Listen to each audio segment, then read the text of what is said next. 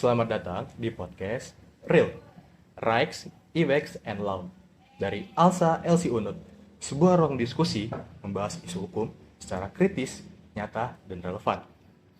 Pada segmen kali ini, podcast Real episode pertama hadir untuk mengangkat isu yang sedang hangat diperbincangkan dalam dinamika sosial di Indonesia, yaitu pembaruan KUHP. Dengan tema KUHP baru antara perlindungan hukum dan kekhawatiran masyarakat. Seperti yang kita tahu, KUHP memiliki peran krusial dalam mengatur tindak pidana, pelaku kejahatan, dan sanksi pidana. Namun, beberapa waktu lalu, Indonesia baru saja mengesahkan KUHP baru yang dianggap sangat kontroversial. Di sisi lain, ini dianggap peralihan hukum pidana yang sangat baik, karena beralih dari sistem retributif ke restoratif. Namun, tak sedikit juga masyarakat merasa ini merupakan kekhawatiran sosial.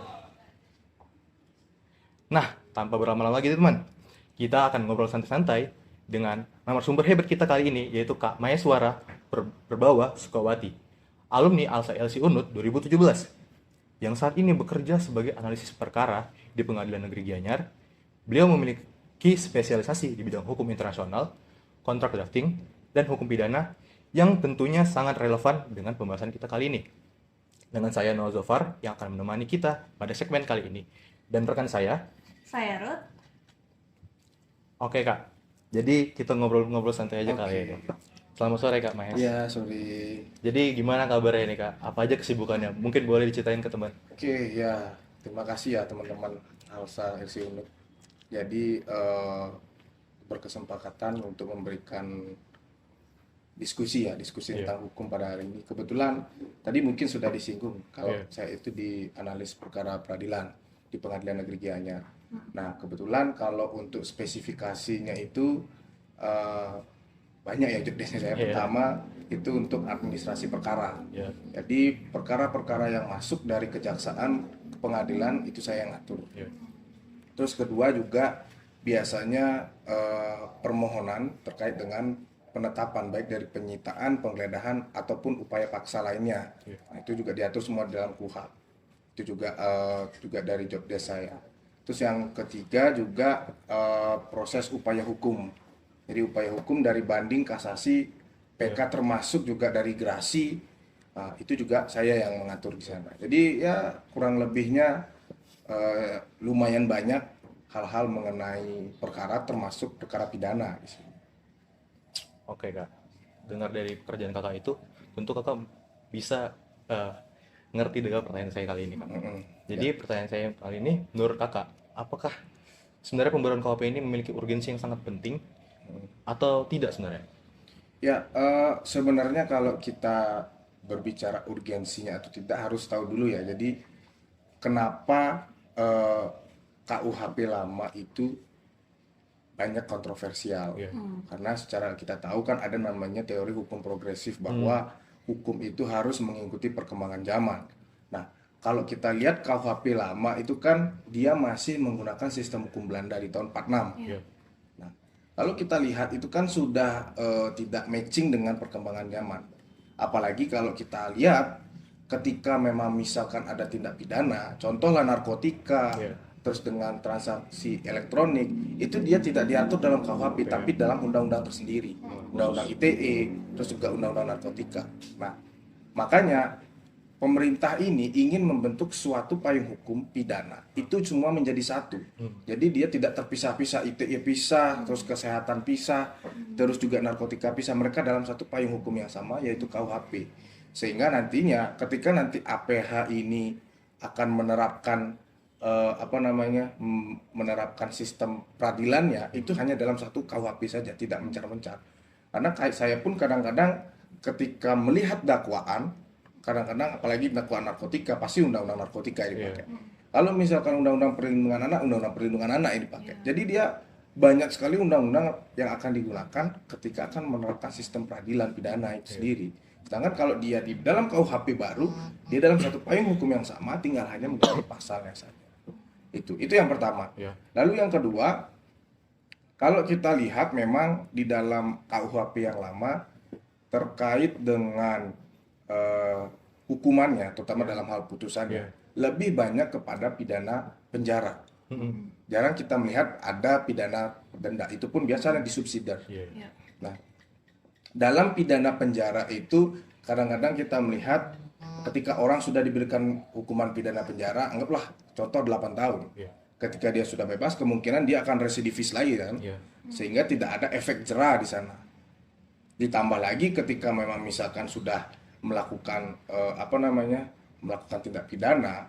Kemarin itu ada informasi dari Prof. Edi, atau kan Prof. Edi dari Kemenkum, bahwa rutan di Indonesia ini sudah penuh. Nah, bagaimana caranya supaya mengakali rutan ini tidak penuh gitu. Makanya disinilah audiensnya, sehingga bagaimana KUHP baru ini juga menciptakan, tadi sudah disinggung mengenai restoratif itu. Iya. Itu dia dari kenapa KUHP baru itu juga menjadi penting kita terapkan di Indonesia. Nah, kalau misalnya kita membahas pembaruan ya, pasti ada hal yang lama diubah ke hal yang baru. Kira-kira menurut kakak, perubahan apa sih yang paling menonjol yang membedakan antara KUHP lama dengan KUHP baru? Ya, yang paling menonjol tadi ya sudah saya jelaskan, pertama putusan. Ya. Jadi kalau kita baca lagi di KUHP yang lama, memang untuk putusan pasti hanya ada pidana penjara dan pidana denda. Tapi sekarang di KUHP yang baru dia ada pidana penjara, pidana denda, ada juga pidana seperti kerja sosial. Kerja sosial. Jadi dia lebih memberikan keleluasaan kepada hakim untuk memberikan putusan apa yang akan diberikan. Itu yang pertama. Lalu yang kedua terkait dengan upaya paksa. Jadi upaya paksa itu kan kita tahu ada penyitaan, penggeledahan, lalu penahanan dan lain sebagainya. Nah, di dalam KUHP baru ini kita mengenal ada upaya paksa baru, itu namanya penyadapan. Lalu juga kalau tidak salah ada namanya pemblokiran. Jadi kenapa ada pemblokiran dan juga ada pemblokiran dan juga ada penyadapan ini, karena kasus terutama mengenai phishing ini kan banyak nih. Nah, jadi ini diterapkan upaya paksa supaya ada aturan mainnya di sini. Terus terkait dengan KUHP baru itu juga yang paling sebenarnya yang paling sentral itu kan terkait dengan hukuman mati ya. Iya. Ini yang sebenarnya paling banyak dibahas, karena kalau di dalam KUHP yang lama pidana hukuman mati itu dia itu tidak ada bahasanya waktu itikat baik ya. Kalau misalkan di KUHP baru itu kan dia ketika dia diputus pidana mati, dia tuh harus dilihat dulu apakah selama 10-15 tahun ini dia beritikat baik. Kalau misalkan beritikat baik, dia bisa dikurangi. Jadi sebenarnya banyak sekali nih kalau misalkan berbicara mengenai perbedaan antara KUHP lama dan KUHP baru ini. Tapi kan Kak, di KUHP baru ini kan ada beberapa pasal-pasal yang kontroversial. Seperti misalnya pasal 218 KUHP yang mengatur tentang penghinaan terhadap presiden dan juga wakil presiden. Menurut Kakak sendiri nih, apakah pasal ini diperlukan untuk menjaga martabat institusi negara atau justru malah berpotensi untuk membatasi kebebasan berpendapat di Indonesia? Oke. Sebenarnya pasal terkait penghinaan presiden dan wakil presiden itu pun sebenarnya sudah ada di KUHP yang lama. Dan itu pun sebenarnya sudah diakomodir juga di dalam Undang-Undang Dasar 1945. Jadi sebenarnya perbedaan antara pasal penghinaan presiden di KUHP lama dan KUHP baru terletak pada aduannya, delik aduannya. Nah, kalau dalam KUHP lama dia delik umum. Artinya ketika penyidik menemukan bahwa ada indikasi penghinaan terhadap martabat presiden dan wakil presiden, tanpa perlu ada laporan, penyidik bisa langsung menindaklanjuti. Tapi kalau di dalam KUHP baru harus ada laporan dari presiden dan wakil presiden terkait. Ketika misalkan contoh ya, Presiden Prabowo merasa ada yang menghina martabatnya, melaporkan kepada penyidik. Nah, itu baru bisa ditindaklanjuti. Meskipun dari penyidik menganggap bahwa ini tidak ada, gitu. Tapi kalau memang misalkan sudah ada laporan dari presiden dan wakil presiden, baru bisa ditindaklanjuti. Itu dia. Berarti harus dari presidennya sendiri itu ya Kak? Iya, itu dia perbedaannya sekarang. Terus kalau terkait dengan pasal 256 KUHP tentang demonstrasi tanpa pemberitahuan itu gimana Kak? Soalnya kan itu juga dianggap membatasi aspirasi dari masyarakat itu sendiri Kak. Ya, Ini juga ini yang pasal baru ya, sedangkan di KUHP lama dia tidak ada. Cuma yang saya baca dan saya teliti lebih lanjut bahwa di pasal 256 ya, 256 tentang keterlibatan umum ini di garis bawahi bahwa ketika demonstrasi atau unjuk rasa itu dilakukan, dia harus melaporkan dulu kepada pihak berwenang. Karena kan kita lihat bahwa ada beberapa demonstrasi atau unjuk rasa yang memang tidak dilaporkan, sehingga ketika terjadi anarki atau misalkan terjadi kerusakan itu mengakibatkan fatal sekali dan tidak ada penanggung jawabnya di sana. Nah, inilah yang ingin dilindungi oleh negara, bahwa ketika memang misalkan sudah melaporkan ke pihak berwenang, kita tahu oh pihak ini ada yang melakukan unjuk rasa. Silakan untuk memberikan kebebasan berpendapat, unjuk rasa, demonstrasi itu silakan, tetapi tidak dengan anarki, dan juga pastinya ada pihak berwenang yang melindungi di sana, seperti itu. Berarti memang diatur untuk melindungi dan menghindarilah sifat-sifat anarkis gitu ya kan? Iya. Oh, berarti itu lapornya ke polisi? Ya, kan setiap unjuk rasa ataupun demonstrasi pasti harus dilaporkan kepada penyidik, terutama biasanya kalau di dalam demonstrasi kan ada korlap bahasanya, koordinator lapangan. Dia yang seharusnya melaporkan ke entah itu tugas kepolisian ataupun dinas perhubungan atau apa ya istilahnya. Nah, itu dilaporkan untuk mengetahui bahwa akan diadakannya unjuk rasa. Nah, mungkin akan ada personilnya kah yang mengirimkan atau bagaimana. Nah, itu terkait dengan kepolisian yang akan dilanjuti. Ya, dengar pasal tentang kontroversi tadi, kira-kira dengan adanya protes yang dilakukan oleh masyarakat tentang pasal kontroversi tadi kan, apakah perubahan KUHP ini memberikan perlindungan hukum pada masyarakat atau malah menjadi kayak kekhawatiran sosial gitu? Ya, karena ini ada dua pandangan berbeda ya. Karena kalau misalkan berpikiran dari masyarakat berpikir bahwa KUHP ini tidak melindungi mereka, padahal sebenarnya ini melindungi mereka sekali.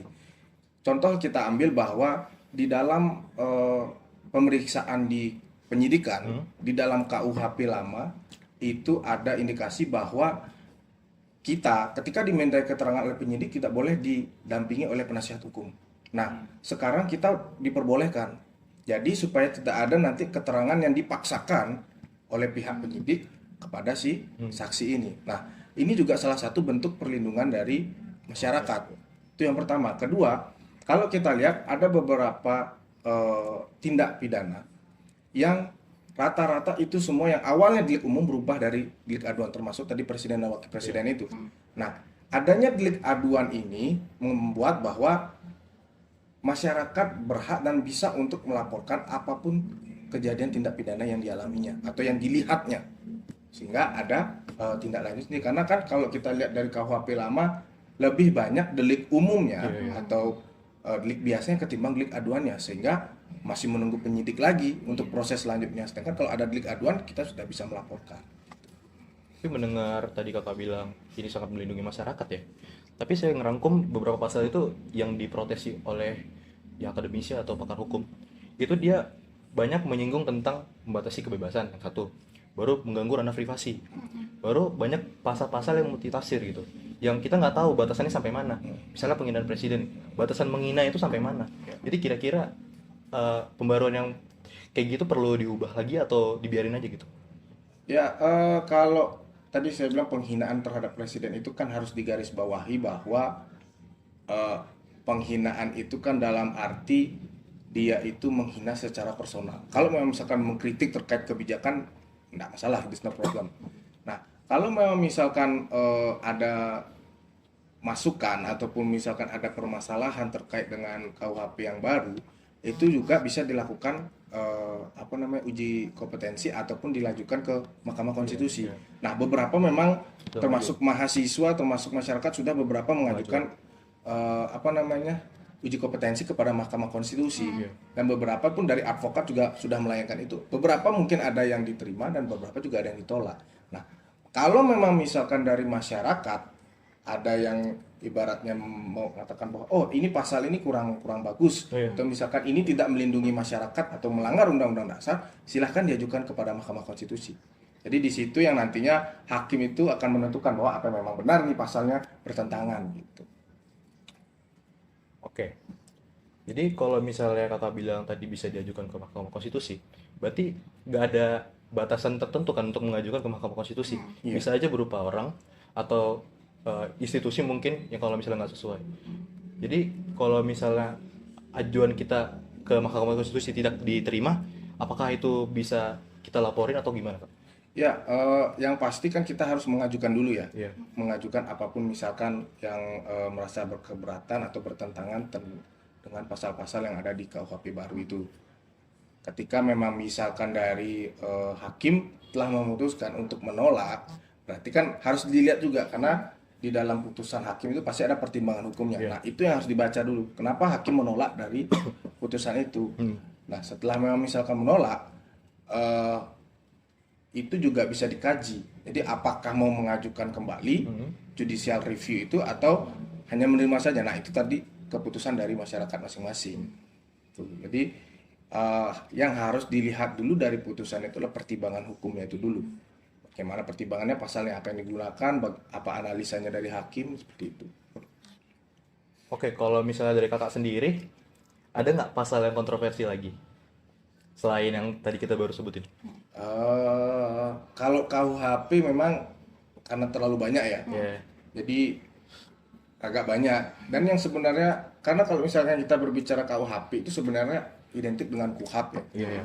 Jadi kalau memang misalkan boleh saya cerita di sini, kalau memang misalkan berbicara mengenai KUHP dan KUHAP itu sebenarnya banyak juga pasal yang agak membingungkan. Karena di dalam KUHP itu ada beberapa peraturan yang kalimatnya, misalkan pengaturan mengenai narkotika diatur lebih lanjut dalam peraturan perundang-undangan atau peraturan pemerintah. Tetapi peraturan pemerintah dan peraturan perundang-undangan itu belum ada, sehingga di sana ada norma kosong di sini. Nah, itu yang menjadi sekarang kontroversialnya bagaimana ketika ada kasus atau tindak pidana yang diatur di dalam KUHP baru ini, tapi pasalnya berbunyi seperti ini. Bagaimana kita mengatur? Apakah kita menggunakan KUHP lama atau memang misalkan ada undang-undang lagi yang mengatur tentang ini? Nah, itu yang masih sekarang menjadi pertanyaan. Makanya sampai sekarang pun undang-undang KUHP baru ini sebenarnya sudah ada turunan lagi dari Undang-Undang Nomor 1 Tahun 2026. Itu tentang penyesuaian pidana. Jadi hal-hal yang memang sedikit ambigu ya di dalam KUHP baru itu semua diatur dalam Undang-Undang Nomor 1 Tahun 2026 itu. Memang belum semuanya, tapi masih ada pembahasan lebih lanjut hal-hal apa saja yang kemungkinan akan menjadi kontroversial. Oh, berarti dari adanya KUHP baru ini masih perlu banyak hal-hal yang perlu dibahas lagi ya, Kak? Iya, benar sekali. Tapi aku sedikit kepo nih, Kak. Dengan adanya pergeseran paradigma pada KUHP baru, kalau dulu kan itu kan fokus pada pembalasan ya, Kak. Kalau sekarang tuh fokusnya pada restoratif justice. Nah, menurut Kakak sendiri nih, bagaimana sih implikasi terhadap perlindungan hak korban dan juga terhadap pertanggungjawaban pelaku dalam sistem peradilan pidana? Ya, kalau berbicara mengenai korban dan pelaku, kita harus tahu sistem peradilan pidana dulu. Di sistem peradilan pidana diawali dari penyelidikan, penyidikan, penuntutan, terakhir di persidangan ataupun putusan. Itu kan sudah bahasanya sudah pakemnya seperti itu. Nah, yang harus dilihat adalah sekarang metode bagaimana perlindungannya terhadap saksi, termasuk juga terhadap korban. Karena kalau dibilang perlindungan saksi dan korban, baik dari KUHP lama dan KUHP baru itu pasti melindungi saksi dan korban di dalam nantinya memberikan keterangan, termasuk juga ketika memang mengalami trauma dalam hal tindak pidana. Nah, yang menjadi permasalahan adalah tindak pidana putusan dari pelaku. Karena kalau kita berkaca dari KUHP lama, memang rata-rata putusannya itu pembalasan atau pemberatan. Jadi ketika dia melakukan tindak pidana, bahwa putusannya adalah berupa pidana sekian. Nah, pandangannya Prof. Edi, nanti silahkan dilihat, ada Prof. Edi dari Wakil Menkumham berpendapat bahwa kalau memang misalkan KUHP ini terus diterapkan seperti ini, maka kan tidak akan ada habisnya. Kenapa? Karena psikis orang ketika dia sudah diberikan hukuman, anggaplah 8 tahun, mereka akan berpikiran bahwa udahlah 8 tahun, nanti lepas lagi, udah kita akan melakukan tindak pidana lagi. Sehingga tidak ada efek jerah di sini. Nah, makanya di dalam KUHP baru ini dibuat dia sistem ketika memang misalkan anggaplah tindak pidana ringan, ada tipiring namanya, entah itu pencurian, entah itu dalam hal penganiayaan dan lain sebagainya yang memang bisa diselesaikan di ranah penyidikan dan juga penuntutan, itu bisa dilakukan melalui restoratif justice. Ataupun nanti misalkan dalam hal memang sampai di persidangan, putusannya pun tidak akan sampai ke pidana kurungan. Dia hanya sampai kalau memang tidak pidana denda atau ganti rugi, dia akan kerja sosial. Jadi di situ dia perubahannya sekarang. Jadi pidana kurungan atau pidana penjara itu dianggap pidana yang akan diberikan terakhir. Jadi tidak sebagai utama seperti halnya kita KUHP dulu. Tapi kalau memang misalkan pidananya itu adalah pidana tindak kejahatan seperti terorisme, habis itu pembunuhan, nah itu baru kita akan masuk kepada pidana kurungan. Nah, itu. Jadi di situ dia perbedaannya, karena kalau memang misalkan semua disamaratakan, terutama dalam hal pencurian, maka di sinilah yang tadi saya katakan bahwa bisa saja ketika orang hanya anggap mencuri ayam gitu, dia dikenakan pidana 6 bulan gitu. Kadang orang-orang pikir, oh dia cuma nyuri ayam kok 6 bulan. Nah, kalau memang misalkan dia terbukti salah dan hanya kerja sosial, kan itu juga termasuk keadilan. Nah, itulah pandangan dari Prof. Edi yang saya begini. Jadi bisa kita simpulkan, pada pembaruan KUHP ini bisa dilihat sebagai simbol harapan dalam perlindungan hukum. Tapi di sisi lain, ada juga beberapa pasal yang justru menimbulkan kekhawatiran karena dianggap menyentuh ranah privasi dan membatasi kebebasan berpendapat. Pada akhirnya, semua kembali lagi ke bagaimana kita memandang arah KUHP ini sebagai langkah yang positif atau yang negatif. Sekian dari kami. Terima kasih Kak Mes Terima atas kasih. waktunya di tengah kesibukan yang sangat.